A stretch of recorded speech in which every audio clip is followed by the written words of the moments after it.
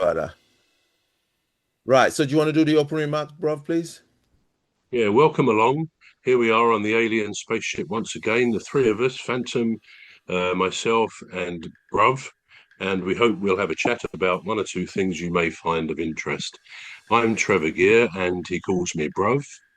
And I'm Emmy Hikins, and he calls me Cuz. I'm Omimi, they call me Phantom. Yeah, brilliant. Right, bro. So over to you. Yeah, well, a bit later we'll talk about some ethical dilemmas because we've had those before and they make for quite a good conversation between us. But first of all, something else I've been thinking about a bit lately is time, the four-letter word time, and the concept of what it really is. How do we perceive time? So let me start with you two, either of you. What is your concept of time? Do you believe it really exists, or is it some sort of human construct?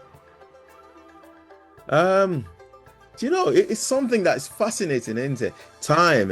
It's something that's fascinating because when you think about, I think there was a movie called Interstellar. I don't know if everyone's seen it, but there's a movie called Interstellar where, this guy went into space and he'd been there 25 years. I don't know if I'm saying it correctly, but I've watched it. It's been a long time I watched it, I think. But it just shows you that time might not exist everywhere in the universe.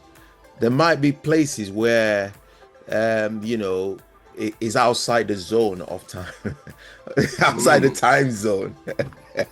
I don't know how that's an to put it. interesting thought. Yeah. Yeah. Is that what the movie said? Oh, Interstellar.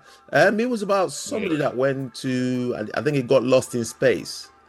And he'd been there 25 years and it was only a day or something. I think so. Right. Yeah. Can't, Interesting. Interesting. yeah. Okay, so what about you, Phantom? Are Uh, you well, receiving me? uh, I'm still trying to put my Thoughts. uh my thoughts, yes, together. Right, Okay. okay. So we don't necessarily think time is a human construct. Interestingly, some scientists believe it's the fourth dimension. Right. We have up, down, and sideways being our 3D dimensions, but the fourth dimension is often thought to be time. Right. And okay, so let's move it forward from there. How did we come by, a question for you both, how did we come by the idea of 60 seconds in a minute, 60 minutes in 1 hour? Any idea? Oh, that I've not been able to research. I don't, You've not I researched. honestly do not know. What about you, Phantom? Do you any ideas? I think it's what the Romans brought for us. Even the calendar is what the Romans brought, and with time people started editing and fixing and jumbling and juggling it, and that's how we come with this time. Even the calendars we have, right? They were not naturally January, February, March, April, May. It used to be April before even January, right? Hmm. So I think it comes with the Roman times and all of that. They brought it up, and our ancestors picked it and, well, shoved it down our throats, so to say, because we've not done anything about it and we're all used to it and we take it as it is. Hmm. Hmm. Okay. Actually, Well, I mean, the Romans, I think. Sorry, Kaz, you're going to say. yeah, I was gonna say it's something that comes to mind. The Jewish way of calculating day and night. Because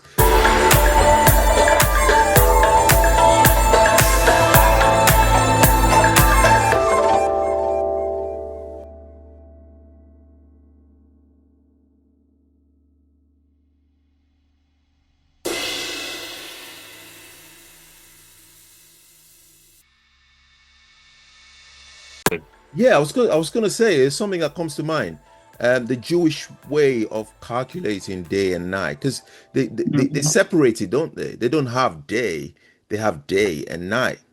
And I think their night, I think their the next day starts at sundown. So I Yeah. think 6 p.m. they start the next day. So they don't wait till 12 p.m. Mhm. And that's the Jewish calendar, isn't it? It's different. Yeah, we have the Gregorian calendar, and based on Pope Gregory, hard to say all that. The Romans, I'm sure, did continue the idea of the 60 seconds and 60 minutes. It actually started with the ancient Sumerians in about the 3rd millennium BC, and their work was continued a bit later by the Babylonians, who really carried this forward in a big way. They decided to, or the Sumerians initially decided to base the time that it took us to spin on our axis. So we know there are 24 hours in one day, but of course they didn't have 24 hours when they discovered that, any more than they had a number of a speed going around the sun, the length of time it takes us to go around the sun, which of course is 1 year.